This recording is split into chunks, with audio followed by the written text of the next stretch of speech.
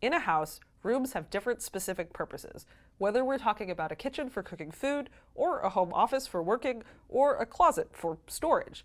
Similarly, when architecting an app, we'll have classes that have specific purposes as well.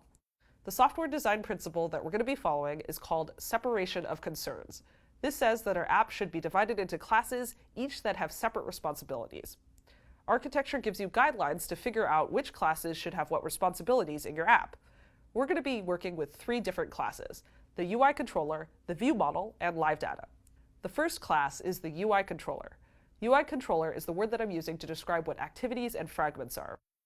The UI controller is responsible for any user interface related tasks, like displaying views and capturing user input. Now, by design, UI controllers execute all of the draw commands that put our views on screen. Also, when an operating system event happens, like when a user presses a button, it's the UI controller that gets notified first. But we want to limit the UI controller to only user interface related tasks. You should take any sort of decision-making power out of the UI controller. So while the UI controller is responsible for drawing a text view to the screen, it is not responsible for the calculations or processing that decides what actual text to draw. And while the UI controller is what knows that a button has been pressed, it's going to immediately pass that information along to the second class in our architecture, the view model, which will do the actual decision making. The purpose of the view model is to hold the specific data needed to display the fragment or activity it's associated with. Also, view models may do simple calculations and transformations on that data so that it's ready to be displayed by the UI controller. The view model class will contain instances of a third class, live data.